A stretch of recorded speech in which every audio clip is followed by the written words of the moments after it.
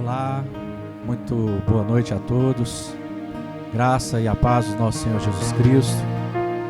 É um prazer imenso estar mais uma vez na casa do Senhor, louvando e bendizendo o nome do nosso Deus. Gostaria de deixar uma palavra em Josué capítulo 1, versículo 9. Essa palavra fala muito ao meu coração, que diz o seguinte: não te mandei eu, seja forte e corajoso, não pasme nem te espantes, porque o Senhor, o seu Deus, Ele estará contigo por onde quer que você estiver. Nesse momento ao qual o mundo está passando, essa quarentena, o distanciamento social, eu quero te convidar a fazer o seu melhor nessa noite. Curve as vossas cabeças, feche os vossos olhos e traga uma palavra ao seu Deus. Querido Deus, graças te damos, Paizinho, pela tua fidelidade. Obrigado, Senhor, por esse momento na tua casa, nesse culto, Senhor, de domingo. Deus, perdoa as nossas falhas, as nossas negligências. Reconhecemos, Senhor, que sem ti nada somos e nada podemos fazer. Humildemente diante da tua presença, Senhor, te convidamos, Espírito Santo de Deus, faça-se cumprir o teu querer nas nossas vidas. Receba o nosso louvor, receba a nossa adoração, traga cura, Senhor, traga libertação, ó Deus, e traga salvação para o povo, Pai. Te agradecemos, te louvamos, em nome do teu Filho amado Jesus Cristo. Amém, Senhor.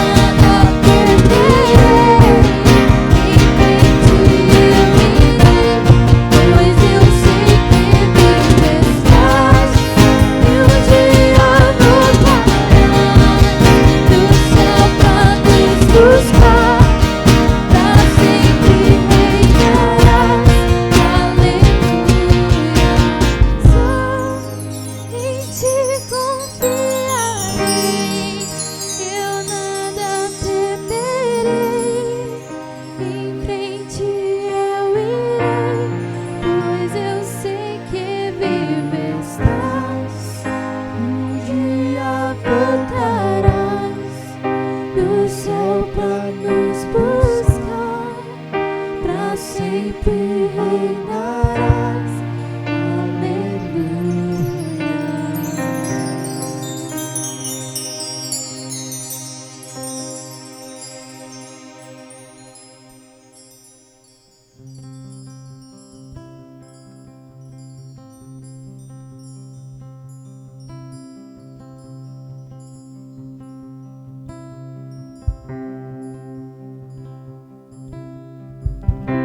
No início eras a palavra, com Deus Altíssimo,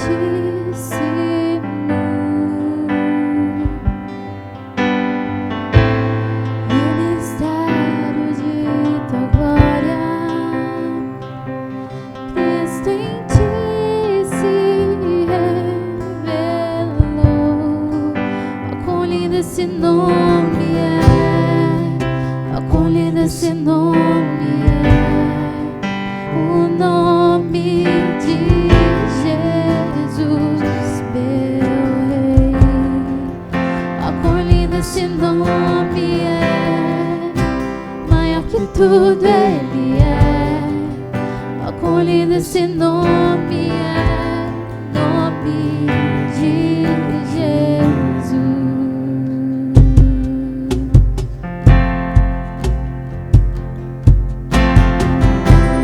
O céu para buscar-nos, veio para nos resgatar. Amor maior que meu pecado, nada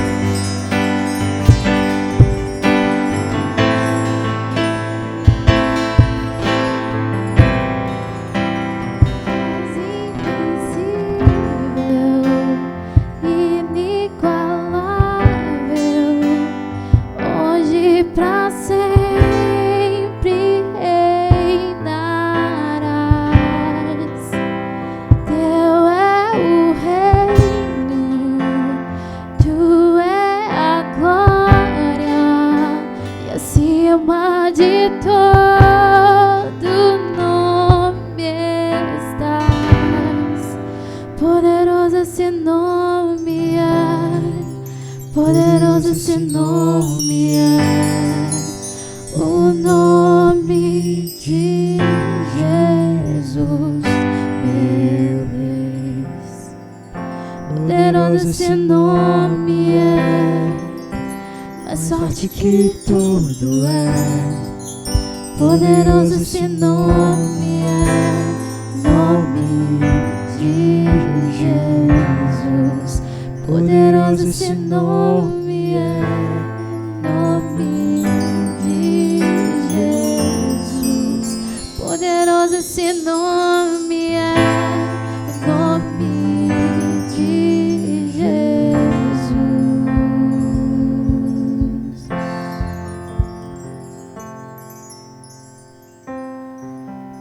Aleluias. Glória a Deus. Bendizemos o teu santo nome, Pai. Te adoramos pela tua fidelidade, porque tu és o único Deus digno de todo louvor, de toda adoração. Aleluias.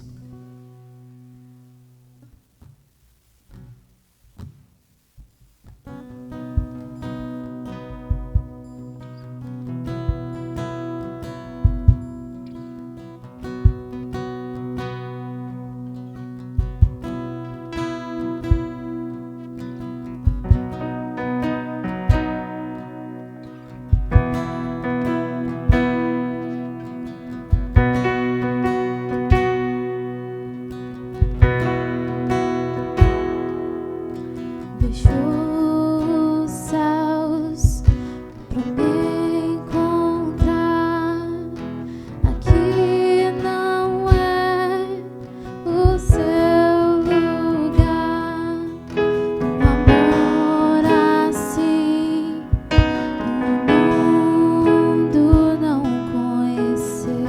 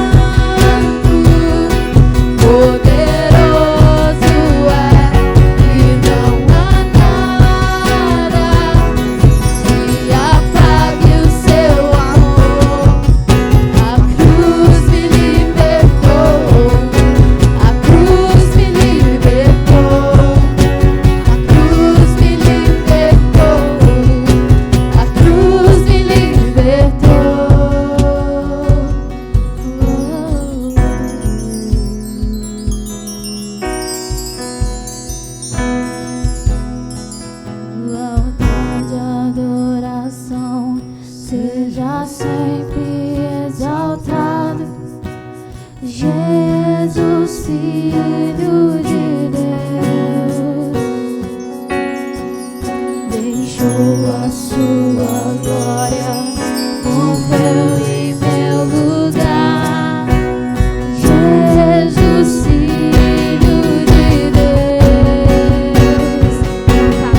no altar de adoração seja sempre exaltado. Jesus, Filho de Deus, deixou a sua glória, morreu em meu lugar. Jesus, Filho de Deus, Tu és Jesus, Filho de Deus, Tu és Jesus, Filho de Deus, Tu és Jesus, Filho de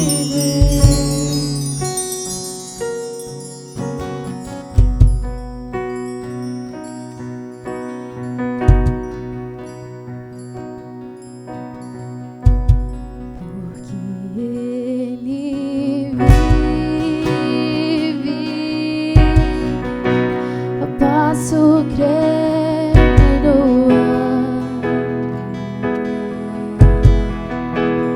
porque Ele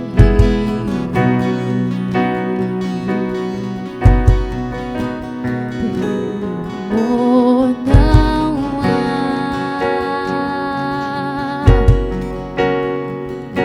Mas eu bem sei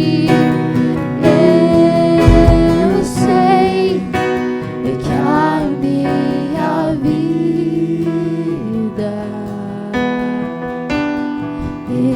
está nas mãos do meu Jesus, que vive está.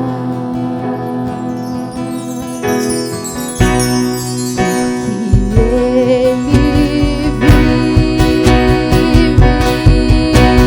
eu posso crer no porque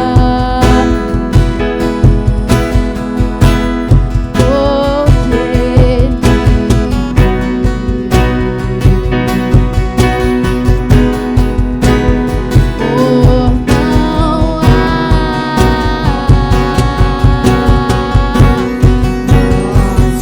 Eu bem sei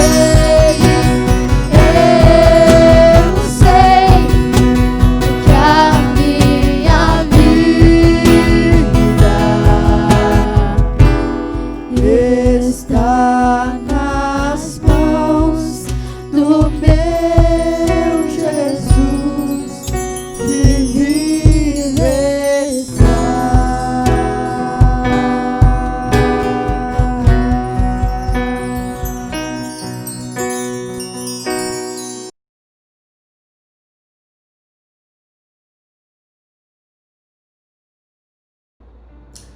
Muito bem, meus queridos, conforme pré-anunciado, hoje nós iniciaremos o nosso estudo do livro de Atos, Atos dos Apóstolos.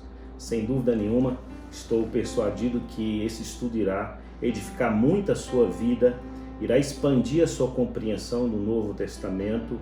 É muito importante, eu diria fundamental, a compreensão do contexto, o contexto no qual os primeiros cristãos, os primórdios, os cristãos primitivos vivenciaram a sua experiência cristã, a fim de posteriormente compreendermos as epístolas paulinas, as epístolas católicas.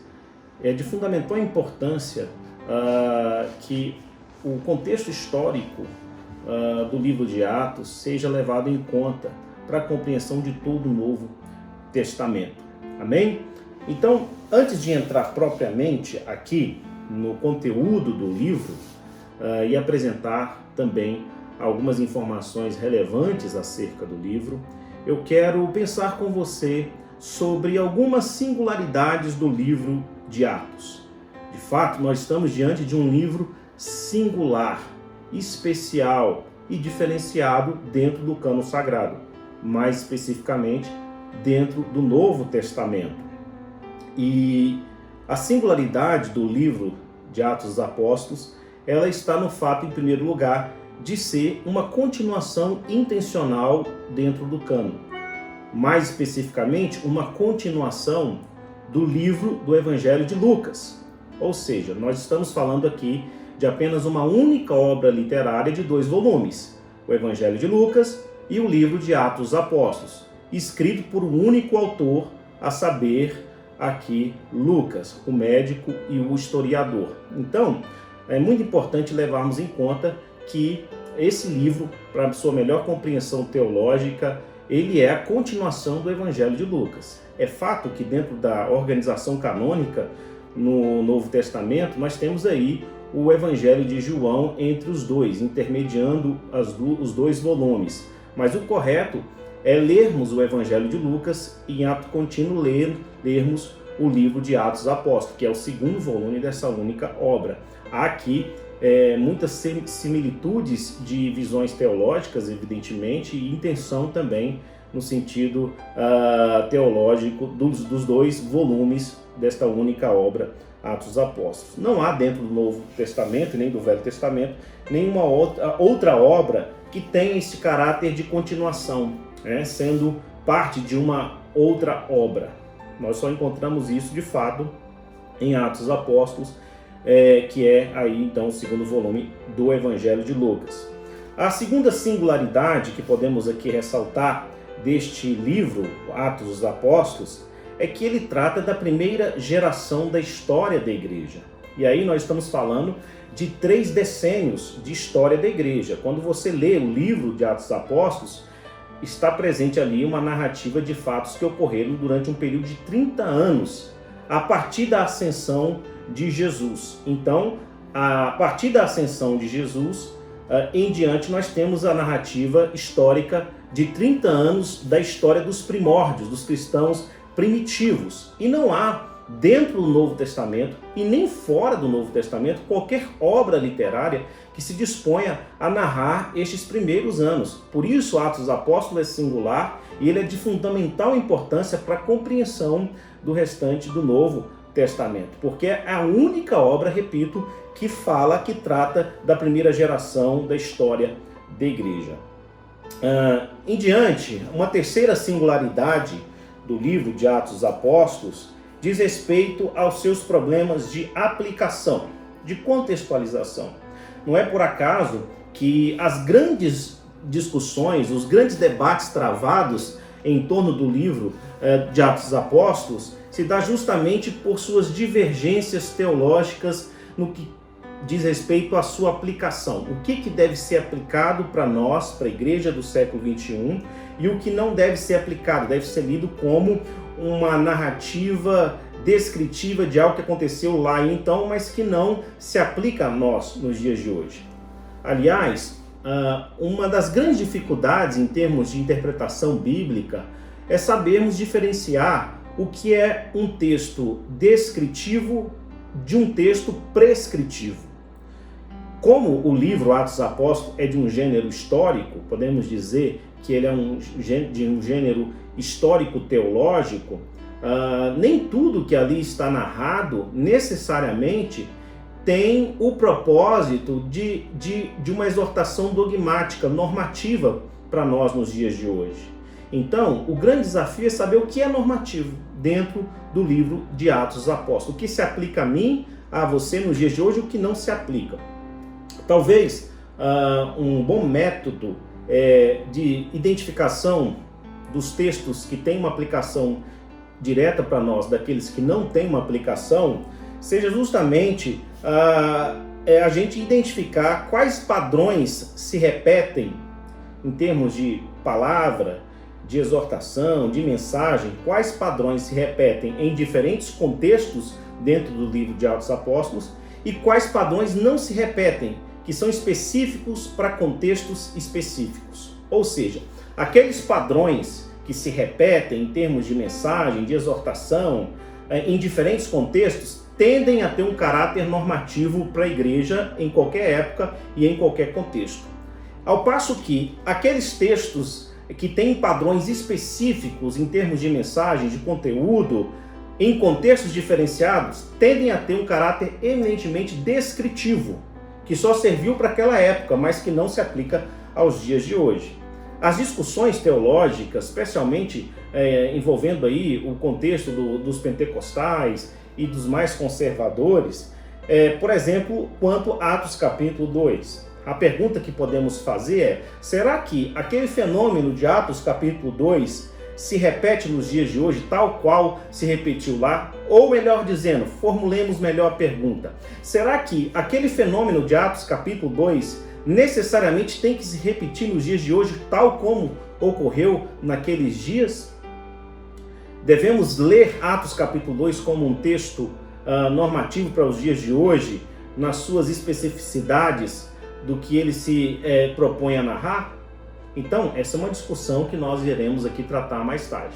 Mas, por um primeiro momento, o que importa você saber é que nós estamos diante de um livro problemático quanto à sua aplicação. Há, sem dúvida nenhuma, dificuldades em definir quais são os textos dentro do livro de Atos que se aplicam a nós, daqueles que não se aplicam. Nesse sentido, ele é extremamente diferenciado dos demais livros, que tem um nível de aplicação, de exercício hermenêutico aplicativo menos dificultoso do que o livro de Atos dos Apóstolos. Uma quarta singularidade deste livro aqui diz respeito à progressão da revelação de Deus. E aqui eu quero explicar dois fenômenos para que você entenda muito bem essa singularidade do livro de Atos. Muito bem, vamos lá. Em primeiro lugar, existe um fenômeno chamado de revelação progressiva.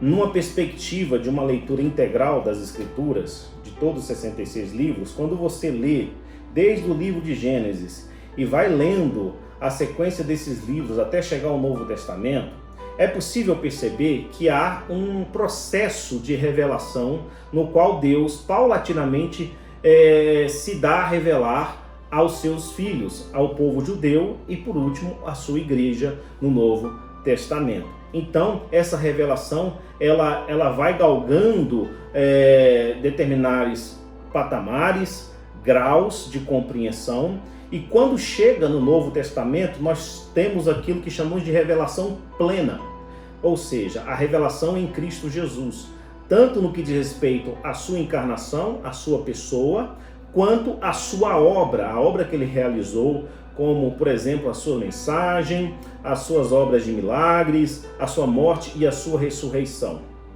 A descida do Espírito Santo, narrada em Atos 2, é ali a plenitude de todo o processo revelacional de Deus no que diz respeito a quem Deus é e o seu propósito para a igreja. Então, se culminou ali.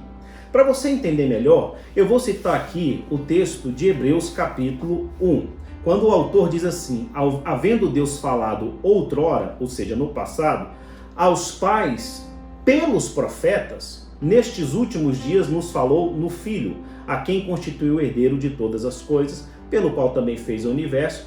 Ele é a expressão exata do ser de Deus.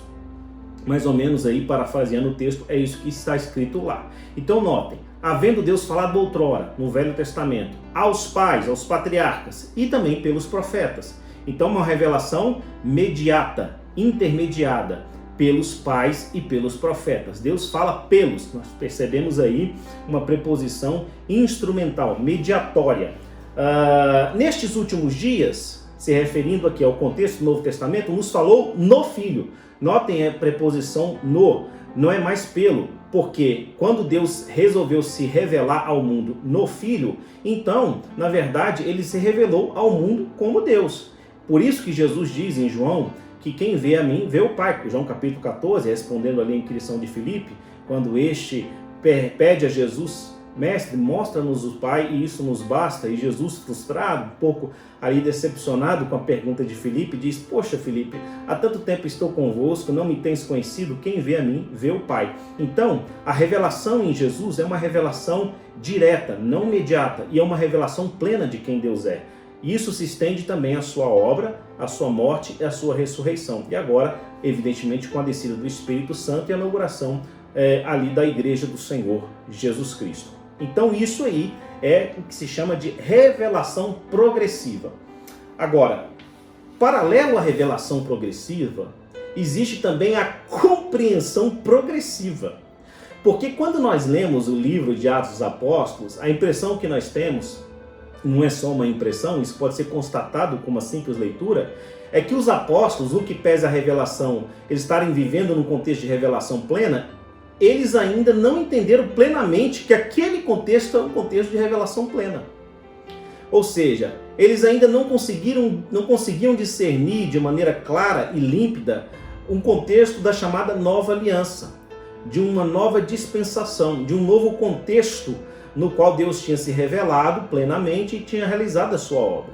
Então, olha só, no passado nós tivemos ali aquilo que chamamos de sombra, de revelação imediata, de revelação parcial e de uma revelação arquétipa daquilo que seria no Novo Testamento. Quando você vê, por exemplo, o sumo sacerdote pegar um cordeiro sem mancha e sem mácula, imolá-lo, aspergir o seu sangue sobre o propiciatório, conforme era regulamentado pela lei ali dos judeus, pela Torá, você vê ali uma sombra, um arquétipo do que haveria de ser no futuro. Isso fica bastante claro quando você lê o livro de Hebreus, que Jesus é o sumo sacerdote e ele é o Cordeiro de Deus que tira o pecado do mundo e que o seu sacrifício foi feito de uma vez por todas, de modo que aquilo que foi feito no passado por intermédio dos levitas, dos sacerdotes, eram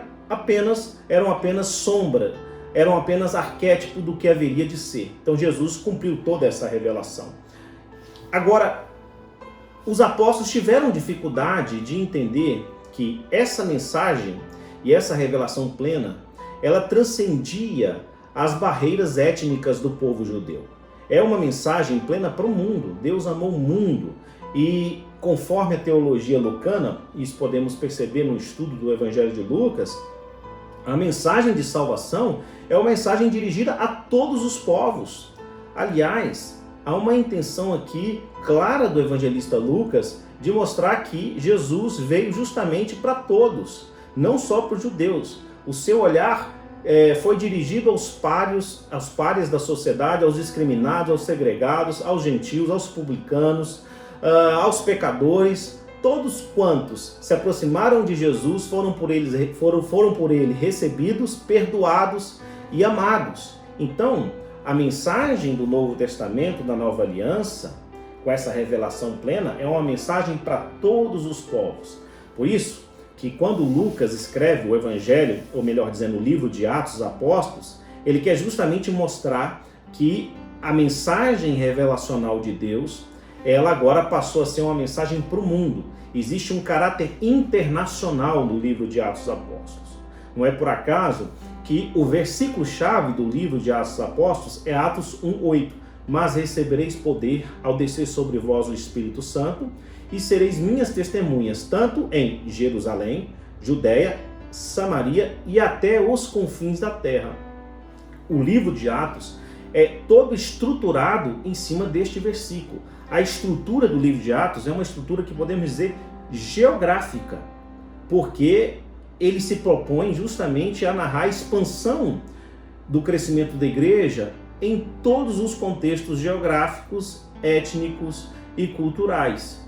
Por isso que nós vemos a partir do capítulo 13 do livro de Atos dos Apóstolos até o seu final, uma ênfase no ministério do apóstolo Paulo, que é considerado o apóstolo dos gentios, justamente para mostrar que esse contexto de revelação plena de nova aliança, ele se estende e ele se manifesta em benefício não só dos judeus, mas de todo o mundo. Então nós estamos aí diante de uma singularidade muito especial desse livro de Atos dos Apóstolos. E aí a gente precisa, voltando à singularidade número 3, quando a gente falou aqui da questão da aplicação, né? O problema da aplicação. Porque se nós levarmos em conta que os primeiros ali apóstolos, né, os primeiros capítulos tinham essa dificuldade, vou citar um exemplo aqui, Atos 8, quando Pedro estava na casa de Simão, o curtidor, né, e ele tem ali uma visão vinda do céu, um lençol sendo baixado, esticado pelas 4 pontas, em cima desse lençol uma infinidade de animais considerados impuros pela tradição judaica, Pedro então ouve uma voz do céu dizendo: mata e come. E Pedro reage àquilo ali, dizendo: Senhor, jamais faria tal coisa, jamais coloquei coisa impura na minha boca. Ao que ele escuta uma voz vinda do céu dizendo que Deus purificou, não considera impuro o homem. E isso acontece ali por 3 vezes. Ao término daquela visão, chegam até a casa de Simão Curtidor homens enviados por um gentil, de nome Cornélio. Cornélio era gentil. E esse texto é muito importante para a gente compreender a dificuldade que os judeus, os apóstolos, me refiro especificamente aos apóstolos, tinham de entender de que a nova aliança, a mensagem revelacional de Deus, plena de Deus, é uma mensagem para todos os povos. E ele só foi porque antes ele teve justamente essa visão de Deus, entendendo que era propósito de Deus que ele fosse. Chegando lá, ele prega a palavra de Deus, vocês conhecem a narrativa do texto, e de maneira abrupta o Espírito Santo cai sobre eles, tal como ocorreu em Atos capítulo 2, passando eles a falar em outras línguas. Pedro, então, diante daquela situação, se vê compelido a batizá-los na água, porque, olha, se o próprio Espírito Santo os batizou, quem era ele para negar-lhes o batismo da água, o batismo de João? Então foi feito o batismo de Jesus, em nome de Jesus, não de João, o batismo em nome de Jesus nas águas. Então assim foi feito. Em ato contínuo, quando você termina de ler o texto, no capítulo 10, você vai ver ali uma discussão, Pedro tendo que dar satisfação, explicando por que ele batizou um público gentil. Os outros apóstolos queriam saber. E foi aí que ele contou toda a história, que teve a visão, que pregou, o Espírito Santo desceu, só assim para eles realmente abrirem a mente deles e aceitarem o propósito da mensagem da nova aliança para todos os povos, a salvação para todos os povos. Então, não foi uma coisa espontânea. Tanto é que o que fez com que a igreja saísse de Jerusalém e fosse para outras regiões foi uma perseguição, que cremos nós foi ali autorizada pelo próprio Deus, porque essa perseguição levou a igreja a ir para as regiões de Samaria e outras regiões de povos gentios. Então, notem vocês que no que pese o livro de Atos ser escrito num contexto de revelação plena, a compreensão dos apóstolos nesse contexto ainda não é uma compreensão plena do que de fato tinha sido revelado. E isso tem que ser levado em consideração na hora de interpretar essa mensagem. Então, eis aí as 4 singularidades que nós elencamos aqui. Essas singularidades você pode encontrar na obra de Greg Blumberg, é um comentarista aí de introdução ao livro de Atos dos Apóstolos. Muito bem. Então, iniciemos aqui pensando sobre algumas informações deste livro. Quando você compra um livro, você está vendo aqui atrás de mim alguns deles, é natural que você identifique no livro o seu título, o seu gênero literário. O prefácio te fornece algumas informações sobre o autor. A introdução do livro te apresenta uma estrutura, a estrutura na qual o livro foi escrita. Você tem informações importantes que irão elucidar sua compreensão do livro. Isso ajuda de maneira exponencial a tarefa do leitor, do intérprete, na hora de interpretar determinada obra. Ocorre que nós não encontramos essas informações nos livros do Novo Testamento. Elas não chegaram até nós com estas informações, até porque isso não era uma marca da cultura da época e as pessoas que receberam aquela mensagem já sabiam do que se tratava, viviam no mesmo contexto, conheciam o autor, então não tinham essas dificuldades que nós temos hoje. A não ser que você tenha uma Bíblia comentada, você não terá acesso a essas informações. Essa Bíblia, por exemplo, que tem em minhas mãos aqui, é uma Bíblia simples da Sociedade Bíblica e ela não apresenta essas informações. E aqui nós vamos tratar um pouco sobre essas informações, até para entender melhor o conteúdo do livro. Há um livro que eu gosto muito, que é do Mortimer Adler, Como Ler Livros. E ele ensina ali que há 2 níveis de leitura.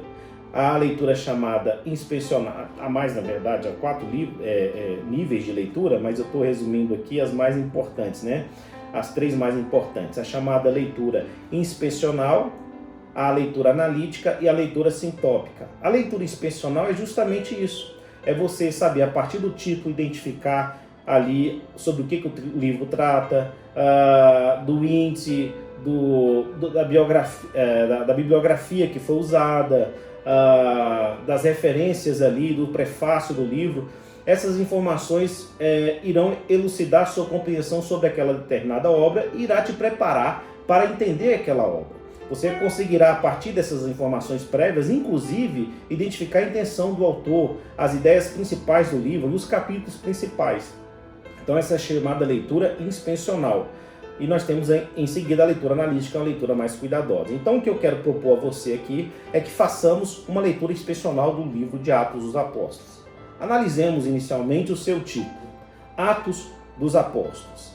É consenso entre os comentaristas bíblicos que este título ele não corresponde ao verdadeiro propósito desse livro. Porque quando nós pensamos em Atos dos Apóstolos, o que nos vem à mente é que esta obra, em princípio, estaria narrando os atos daqueles 12 apóstolos que foram escolhidos por Jesus. O que não é verdade, porque o livro de Atos dos Apóstolos se concentra basicamente em 2 apóstolos, sendo um deles chamado fora do tempo o apóstolo Paulo. Ou seja, do capítulo 1 até o capítulo 12, há uma ênfase e uma preponderância na figura do apóstolo Pedro, como o apóstolo dos judeus e aquele que abre a porta do evangelho para os gentios. A partir do capítulo 13 até o final do livro, nós temos uma ênfase no ministério do apóstolo Paulo. E nós não temos ali os outros atos dos demais apóstolos narrados no livro. Então, não faz justiça esse título Atos dos Apóstolos. Alguém poderia dizer, então poderia ser Atos de Pedro e de Paulo? Também não faria justiça, no que pese isso ser verdadeiro em parte. Por quê? Porque o personagem, a personagem mais importante do livro, podemos dizer, o protagonista do livro, não são os apóstolos, mas é o Espírito Santo. O Espírito Santo é quem batiza, o Espírito Santo é quem persuade as pessoas, é quem instrumentaliza os apóstolos, é quem separa, é quem envia, é quem corrige o curso e é quem promove o crescimento da igreja. De modo que as ações mais importantes aqui narradas no livro de Atos dos Apóstolos são as ações do Espírito Santo. Nesse sentido, vai uma dica muito especial para você interpretar esse livro. Considere mais as ações do Espírito Santo no livro do que propriamente as ações dos apóstolos, porque até mesmo Paulo ele errou em determinadas ocasiões no seu discernimento. Por isso, é importante a gente entender aqui o principal personagem do livro. O principal personagem é o Espírito Santo, que é o Espírito de Cristo. Porque, nós falamos aqui no início que nós estamos diante de uma única obra literária, correto? Que tem 2 volumes, o Evangelho de Lucas e o livro de Atos. O primeiro volume se propõe a narrar historicamente o ministério de Jesus, as obras de Jesus, a morte e a ressurreição de Jesus. E o segundo volume ele se propõe a narrar justamente o nascimento da igreja de Jesus no Espírito de Cristo, que é o Espírito Santo. O Espírito Santo aqui é o mesmo Espírito de Cristo no Evangelho de Lucas. Então a gente tem que entender essas questões para melhor compreensão do livro. Amém? Então, o melhor título seria Atos do Espírito Santo. Continuando, falemos um pouco aqui sobre o autor deste livro. Quem é o autor deste livro? O autor, não há muitos debates e discussões teológicas sobre a autoria do livro de Atos dos Apóstolos. Há um consenso entre os exegetas e estudiosos do Novo Testamento que o autor de fato é Lucas. Nós podemos contar com o testemunho aí da tradição dos pais da igreja. A maioria deles endossam essa ideia e sustentam que Lucas de fato foi o escritor. Um outro argumento que reforça essa tese é que nós não poderíamos suscitar a ideia aqui de um pseudo-epígrafo. O que é isso, um pseudo-epígrafo? Seria uma pessoa se passar por alguma figura importante do Novo Testamento, o apóstolo, como se fosse ele, e escrevesse um livro e ali se identificasse como aquela figura. Não é o caso. Nós não estamos diante de um pseudo-epígrafo aqui, de um livro cuja autoria foi falsamente atribuída ao evangelista Lucas. Por quê? Que a maioria das pessoas, inclusive os críticos teológicos, sustentam que Lucas é de fato o autor desse livro. Porque, por uma razão muito simples, Lucas não era essa figura tão importante e proeminente no primeiro século. Ele era um discípulo de Paulo, mas nem sequer era o seu principal discípulo. Tanto é que na sua lista ele vem depois de outros discípulos que Paulo considerava mais importante. Você concorda comigo que se alguém se dispusesse a escrever uma obra e resolvesse passar por outra pessoa, não excluiria uma pessoa importante, mais importante, né, dentro do espectro aí, dos apóstolos do Novo Testamento? O que não ocorre, porque Lucas não tem essa fama toda. Agora, justiça seja feita, nós estamos diante aqui de um grande artista literário, ok? O livro de Atos e o Evangelho de Lucas tem um grego tão refinado que só se compara ao do livro de Hebreus. E alguns críticos literários chegam a dizer que o Evangelho de Lucas e o livro de Atos dos Apóstolos essa única obra literária está elencada entre as principais obras literárias. Então, nós estamos diante de um primor de obra literária aqui, de fato, de algo realmente bastante importante e precioso, ok? Então, o autor é o evangelista Lucas. Outro argumento também, e a gente encontra isso em algumas referências, é que Lucas provavelmente era discípulo de Paulo, esteve em sua comitiva. Daí você percebe, por exemplo, no capítulo 16, em que ele passa bruscamente da terceira pessoa do plural, se referindo a eles, para a primeira pessoa do plural, nós, ou seja, se incluindo naquele contexto, naquelas experiências que ali estão sendo narradas. Então, esse tipo de mecanismo literário, né, de alteração da terceira pessoa do plural para a primeira pessoa do plural, nós, evidencia e aponta que de fato Lucas estava presente. E estando presente, provavelmente fez ali as suas anotações, registrou aqueles acontecimentos que ele considerava mais importantes, coletou informações para que mais tarde pudesse escrever o livro de Atos dos Apóstolos. Quanto à datação, vamos lá. Essa parte eu sei que é um pouquinho cansativa, mas ela é importante também e nós não podemos deixá-la de lado. Mais para frente a gente vai entrar em questões teológicas aí que são um pouco mais empolgantes, né, para a igreja do Senhor Jesus Cristo. Em relação à datação do livro, os mais conservadores situam o livro de Atos dos Apóstolos entre o ano 62 e 64 depois de Cristo. E os menos conservadores situam o livro entre 70 e 80 depois de Cristo. Até o século passado tinha alguns liberais que sustentavam a tese de que Atos dos Apóstolos foi escrito no início do segundo século, o que não é mais sustentado de maneira contundente nos dias de hoje. Então, a ideia é de que, de fato, esse livro foi escrito ali no primeiro século, os mais conservadores, entre o ano 62 e 64, e os menos conservadores, entre o ano 70 a 90 depois de Cristo. Os que sustentam a tese de que o livro foi escrito do ano 62 a 64 depois de Cristo, está no fato de que o livro não faz nenhuma referência, nenhuma menção à invasão a Jerusalém no ano 70, que é um acontecimento extremamente importante no contexto histórico dos judeus e também dos cristãos. Isso porque, no sermão profético de Jesus, Jesus já tinha previsto que haveria essa invasão, né? Ou seja, Jerusalém seria sitiada, o seu templo seria queimado e os judeus seriam dispersos. Ou seja, um acontecimento histórico dessa monta, com esta relevância teológica, não ser mencionado no livro de Atos dos Apóstolos, sendo ele escrito depois, né, supostamente depois do ano 70, é algo que põe as pessoas a pensar, será que ele foi escrito mesmo depois? Que se fosse depois, o autor teria mencionado esse acontecimento. Não mencionando, parte do pressuposto que foi escrito antes. Não poderia, de forma alguma, ter sido escrito antes do ano 60. Por quê? Mais uma vez, repito, nós estamos falando aqui de 3 decênios da história da igreja. E Jesus foi levado assunto aos céus aproximadamente no ano 30 depois de Cristo. 30 mais 30, 60. Não poderia ser antes de 60, porque é a narrativa de 3 decênios. Então, algumas informações importantes aí sobre a datação. O gênero. Vamos falar um pouco sobre o gênero literário desse livro, o livro de Atos dos Apóstolos. Nós podemos considerar, em princípio, que o livro de Atos dos Apóstolos é de um gênero histórico. Aliás, não só o livro de Atos, esse segundo volume, mas o primeiro volume também desta obra literária, que é o Evangelho de Lucas.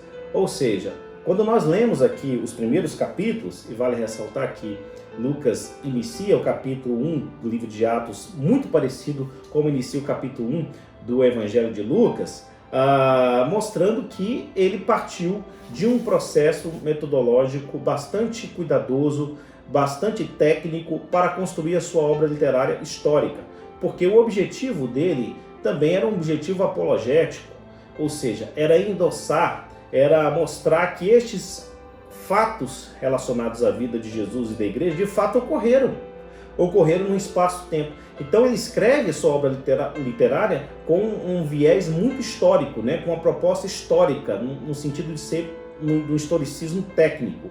Não que os demais evangelhos não sejam históricos, eles são, mas a forma como foi escrito o Evangelho de Lucas e o livro de Atos parte de uma metodologia mais técnica, numa perspectiva mais histórica, ok? Agora nós não podemos resumir essa obra como uma obra de gênero unicamente histórico, porque é uma obra, sobretudo, teológica. Aliás, de antemão eu já esclareço, qualquer livro do Novo Testamento e do Velho Testamento, independente do seu gênero literário, tem um propósito teológico. Quando a gente estuda, por exemplo, o manual hermenêutico me faltou o nome do autor, mas na descrição a gente pode colocar depois, sobre a tríade hermenêutica, Andreas Kostenberg, pronto, lembrei. A tríade hermenêutica, ele diz que a melhor forma de interpretação do texto bíblico está sustentada numa tríade, numa pirâmide, em que você tem nas duas pontas de baixo as questões relacionadas ao contexto histórico, na outra ponta você tem as questões relacionadas ao gênero literário, tudo que envolve as questões do gênero, da gramática, numa perspectiva mais abrangente, e aqui do contexto histórico, e no cume, na ponta, você tem a questão da teologia, porque o propósito do autor sempre é teológico, sempre será teológico, ou seja, em outras palavras, o evangelista Lucas não escreveu o livro de Atos com um propósito unicamente histórico, ele queria transmitir, sobretudo, teologia, sim. Então, a gente tem que tomar isso bastante em conta. Se por um lado alguns chegam a afirmar que os evangelhos são uma espécie de biografia teológica, Bloomberg diz que nós podemos afirmar que o livro de Atos é uma espécie de história teológica. Então, a melhor forma de classificarmos esse gênero é uma história teológica. Beleza? Mais adiante. Muito bem. Eu quero ler com você os primeiros versículos. Eu acho que é importante a gente também fazer a leitura desse texto, se você tiver com a sua Bíblia aberta aí, e a gente vai comentando outros aspectos aqui. Escrevi o primeiro livro. Aqui, quando Lucas diz em Atos 1, verso 1, escrevi o primeiro livro, ele está se referindo ao primeiro volume, o Evangelho de Lucas. Ó Teófilo, é o destinatário do livro. Quem é o Teófilo? Bem, se você for pesquisar aí alguns comentários bíblicos, há divergências, divisões quanto a Teófilo. Alguns sustentam que Teófilo não seria uma pessoa física, em princípio, mas que seria uma espécie de comunidade cristã para quem foi escrito essas duas obras. Mas há consenso aí da maioria dos estudiosos do Novo Testamento que Teófilo de fato era uma pessoa física e era aqui considerado como patrocinador de Lucas, aquele que seria responsável por patrocinar a sua obra literária. Então nós estamos de fato de uma pessoa física. Lembrando que Teófilo aqui, a palavra Teófilo significa homem que crê em Deus, alguém que crê em Deus. Então Teófilo era sim uma pessoa física, a maioria das pessoas sustentam isso. É claro que a gente está aqui no campo das possibilidades, daquilo que é mais possível em relação àquilo que é menos possível, mas de fato podemos afirmar à luz aí dos diversos comentaristas do Novo Testamento, que Teófilo é uma pessoa física e que era o patrocinador. Então, inicialmente, era uma obra que foi escrita a Teófilo, por ser ele o patrocinador desta grande empreitada literária, mas num segundo momento, evidentemente, o livro foi dirigido à igreja, e a igreja provavelmente gentílica, porque Lucas era gentil. E o propósito teológico de mostrar que a mensagem do Novo Testamento, da nova aliança, é dirigida para todos os povos, a salvação é dirigida a todos os povos, aponta para o fato de que, de fato, este livro foi direcionado para um público gentil. Provavelmente aí uma igreja com recursos financeiros, porque a gente vai ver que um segundo propósito do livro é sensibilizar esses irmãos a ajudar outros irmãos mais pobres. Haja vista que o autor de Lucas tem uma visão muito humanista, muito voltada para os cuidados dos menos favorecidos, dos pobres materialmente falando. Ok? Então nós temos aí, escrevi o primeiro livro, a Teófilo, relatando todas as coisas que Jesus começou a fazer e a ensinar. Isso é muito interessante, relatando todas as coisas. Então, aqui, o primeiro volume se concentra-se no ministério de Jesus, ao que ele fez e ao que ele ensinou. Até o dia em que, depois de haver dado mandamentos por intermédio do Espírito Santo aos apóstolos que escolhera, foi elevado às alturas. A este também, depois de ter padecido, se apresentou vivo com muitas provas incontestáveis, aparecendo-lhes durante 40 dias e falando das coisas concernentes ao reino de Deus. Então, olha só, em todo o Novo Testamento, esse é o único registro que fala sobre a permanência de Jesus aqui após a sua ressurreição. O que Lucas está dizendo, está nos informando, é que após a ressurreição de Jesus, ele ficou ainda 40 dias aqui nessa terra, ensinando aqui a sua palavra, transmitindo a sua mensagem e comendo com os discípulos. Agora, o que Jesus ensinou durante esse período, os 40 dias? Justamente ensinando aquilo que nós começamos a falar no início do nosso estudo aqui.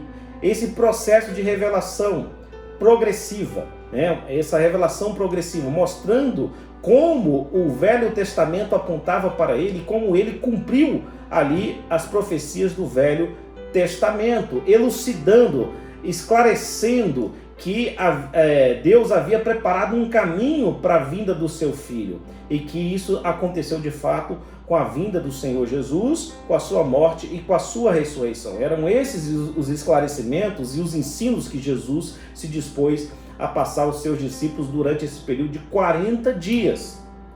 Então, aí você pergunta para ele, mas pastor, o senhor não disse que a compreensão deles foram vagarosas? Sim, ainda assim, mesmo Jesus tendo explicado isso a eles, a gente vai ver que eles se tornaram assim, um pouco vagarosos na sua compreensão do que de fato Deus havia disposto, ensinado a eles durante esse período.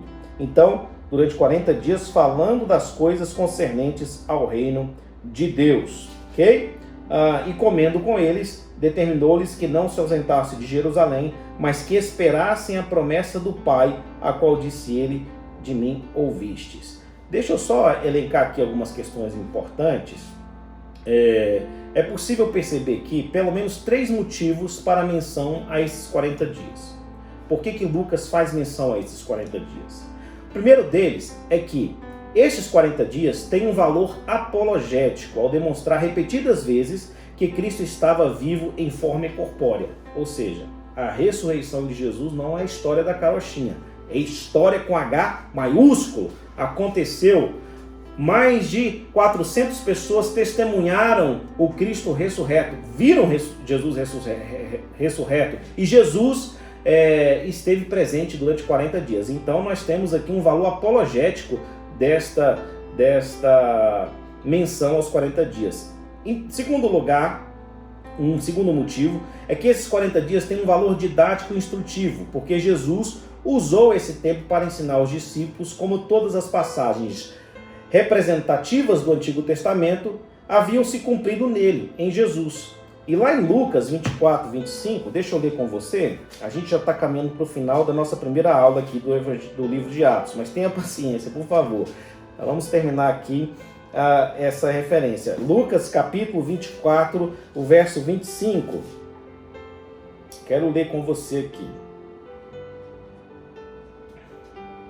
Então lhes disse Jesus: ó nécios e tardos de coração para crer tudo o que os profetas disseram, corroborando aquela tese que eu disse, né? Que a revelação progressiva culminou em Cristo, na sua vida, sua morte e ressurreição, mas a compreensão foi vagarosa à luz do contexto do livro de Atos. Está evidente também aqui no final do Evangelho de Lucas. É isso que Jesus está dizendo. Ó nécios, está aqui, ó nécios e tardos de coração para compreender tudo o que os profetas disseram. Disseram o quê? Disseram justamente em referência a Jesus, a vinda de Jesus. Porventura, não convinha que o Cristo padecesse e entrasse na sua glória? Explicando para eles por que Jesus morreu e ressuscitou. E começando por Moisés, olha só, discorrendo por todos os profetas, expunha-lhes o que a seu respeito constava em todas as Escrituras.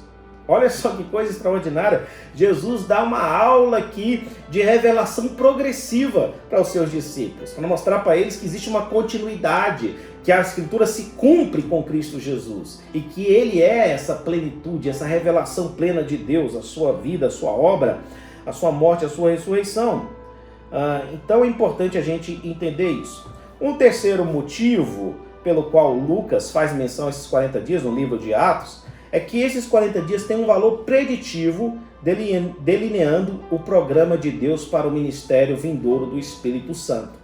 Então, Jesus estava preparando aqui os seus discípulos para a vinda do seu sucessor, da segunda pessoa da Trindade, do Espírito Santo, que é também o Espírito de Cristo. O Espírito Santo veio no Espírito de Cristo. Isso é muito importante para a compreensão do livro de Atos dos Apóstolos. E aí vai uma crítica teológica importante. Eu vejo muitas pessoas querendo construir uma teologia sistemática à luz sobre o Espírito Santo à luz do livro de Atos. Não tem nenhum problema. Há muitas características e atributos do Espírito Santo ali presentes nas narrativas do livro de Atos. Ocorre que, teologicamente falando, o Espírito Santo ele veio não para anunciar a si mesmo, mas ele veio para convencer as pessoas acerca do Cristo, do Filho de Deus. É para isso que o Espírito Santo veio. Ele veio para manifestar o Cristo em nós. Então, a teologia do livro de Atos dos Apóstolos é uma teologia cristocêntrica, fundamentalmente cristocêntrica. E o grande cooperador para que assim fosse é o Espírito Santo, que testemunha acerca de Cristo, seja por intermédio da mensagem anunciada, seja pelas manifestações provocadas por ele, conforme Atos capítulo 2, seja convencendo o homem do pecado, da justiça e do juízo. O Espírito Santo aponta para Cristo. Assim como o primeiro volume do Evangelho de Lucas aponta para Cristo, o segundo volume também, pela ação do Espírito Santo na expansão da igreja, realça o valor teológico do Cristo. Ok? Então isso é importante. Eu vou parar por aqui, porque senão o nosso estudo vai ficando muito longo. Mas essa foi a primeira aula dos próximos estudos do livro de Atos. A ideia é a gente fazer exposição de todo o livro. Está animado? Eu estou. Você vai crescer muito com esse texto, com esse estudo. Que Deus abençoe a sua vida e até a nossa próxima aula.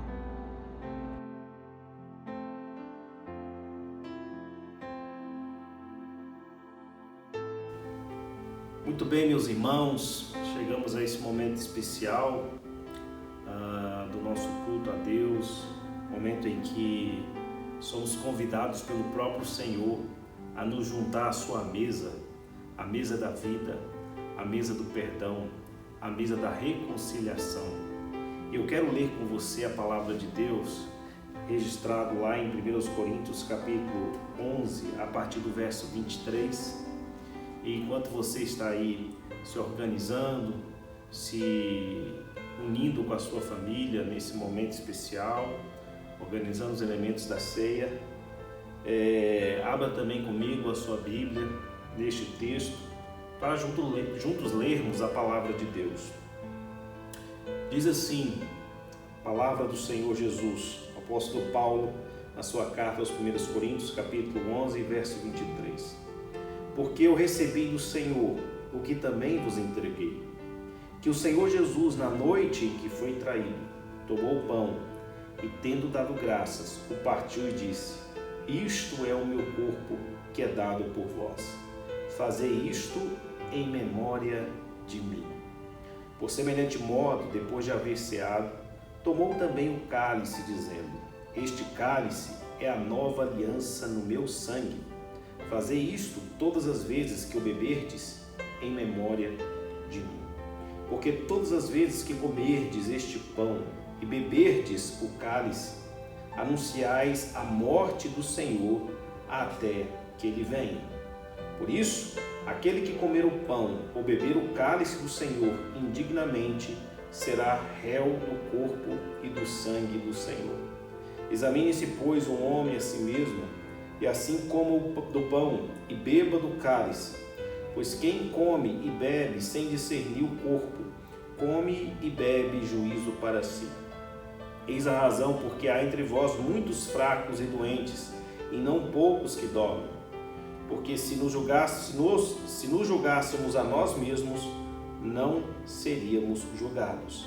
Mas quando julgados, somos disciplinados pelo Senhor, para não sermos condenados com o mundo. Assim, pois, irmãos meus, quando vos reunis para comer, esperai uns pelos outros. Se alguém tem fome, coma em casa, a fim de não vos reunirdes para juízo. Quanto às demais coisas, eu as ordenarei quando for ter convosco. Amém, meus queridos irmãos? Esse é de fato um momento sublime, é um momento sagrado, é um momento muito especial para a Igreja do Senhor Jesus, momento em que a Igreja se reúne para celebrar a ceia do Senhor Jesus, juntos, unidos como um corpo, que se discerne como um corpo e que se vê como um corpo, porque a cruz tanto nos reconcilia com Deus, quanto nos reconcilia uns com os outros. É esse o contexto aqui da palavra de Deus. É um contexto de unidade, é um contexto de reconciliação uns com os outros e com Deus. A mesa do Senhor é uma mesa agregadora, unificadora. Nesse espírito, ainda que distante, ainda que separados fisicamente, geograficamente, pelo espaço, mas unidos no mesmo espírito, no mesmo propósito, eu te convido nesta hora a celebrar a mesa do Senhor. Então, repetindo as palavras do apóstolo Paulo, o Senhor Jesus, na noite em que foi traído, tomou o pão e, tendo dado graças, partiu e deu aos seus discípulos, dizendo: Isto é o meu corpo. Fazei isso em memória de mim. Comamos o pão, aqui representando o corpo do Senhor Jesus. Faça isso agora, todos juntos, em nome de Jesus. Amém.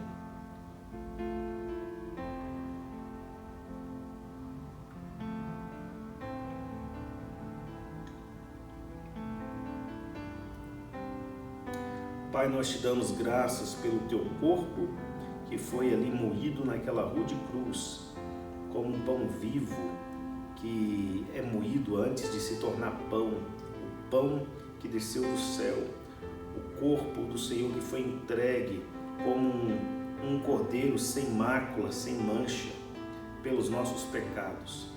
Ó Deus, muito obrigado, Jesus, pelo privilégio que temos de agora, em um só corpo, como o corpo de Cristo Jesus, celebrar, ó Deus, a tua vitória na cruz. Nós te agradecemos por isso, em nome de Jesus. O Senhor Jesus, após ter ceado, tomou o cálice e disse: Este é o cálice da nova aliança. Tomemos do cálice que representa o precioso sangue de Jesus, vertido, derramado naquela cruz, em nosso favor, porque assim fazendo, nós anunciamos a morte do Senhor Jesus e anunciamos também a sua vinda. Ceiamos agora, tomando do cálice do Senhor Jesus. Faça isso agora, em nome de Jesus.